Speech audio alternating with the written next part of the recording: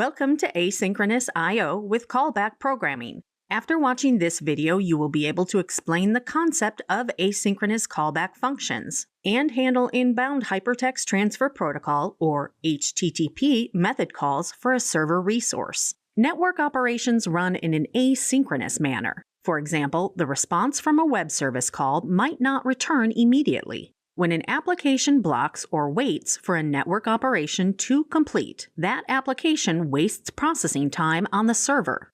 Node.js makes all network operations in a non-blocking manner. Every network operation returns immediately. To handle the result from a network call, write a callback function that Node.js calls when the network operation completes. This sequence diagram for a scenario shows the interaction between the application, the Node.js framework, the web service call to the remote server, and the callback to the callback function. In the first step, the application makes a call to http.request. This function makes a call to the remote web server and requests the web service. Before the Node.js framework receives the HTTP response message from the remote web server, it immediately returns a result for the http.request function call. This result simply indicates that the request message was sent successfully. It does not say anything about the response message. When the Node.js framework receives an HTTP response message from the remote server, it calls the callback function that you defined during the http.request function call. This function handles the HTTP response message. In a slightly more complex scenario, your application calls a custom Node.js module, which then makes an http.request function call. The Node.js framework then calls the remote server's web service by sending an HTTP request message. In the same manner as in the first scenario, the Node.js framework returns a value to the HTTP function call in the Node.js module. This response simply states that the HTTP request was successfully sent out. The Node.js module then returns from the exported function call. At this point, the application continues processing on to the next step, while the response message has not yet been sent. When the remote server returns an HTTP response message, the Node.js framework calls the callback function defined by the custom Node.js module. The purpose of the callback function is to handle two events, request.onData and request.onEnd. In this case, the callback function simply prints the HTTP response message body to the console log. This code example shows you how to make an HTTP request call from a function inside a Node.js module.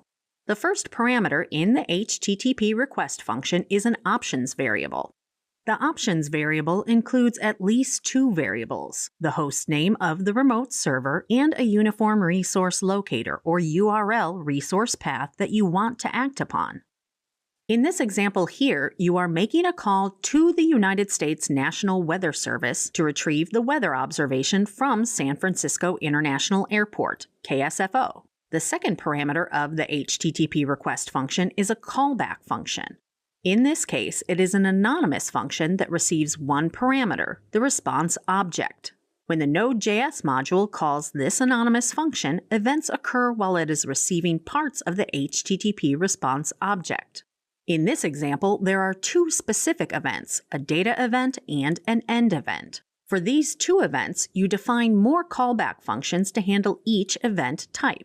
In the actual coding, you may need to use HTTPS instead of HTTP.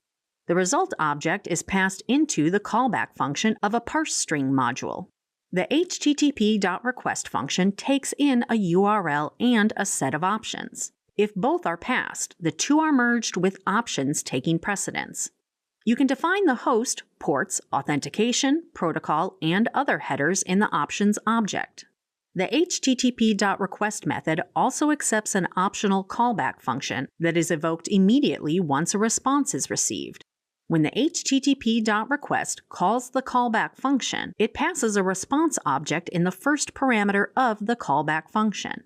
This callback function has the response object as the first parameter. The Node.js framework emits several events during the course of the request function. You can listen to these events by using the object.on method and passing in the event name as the first parameter.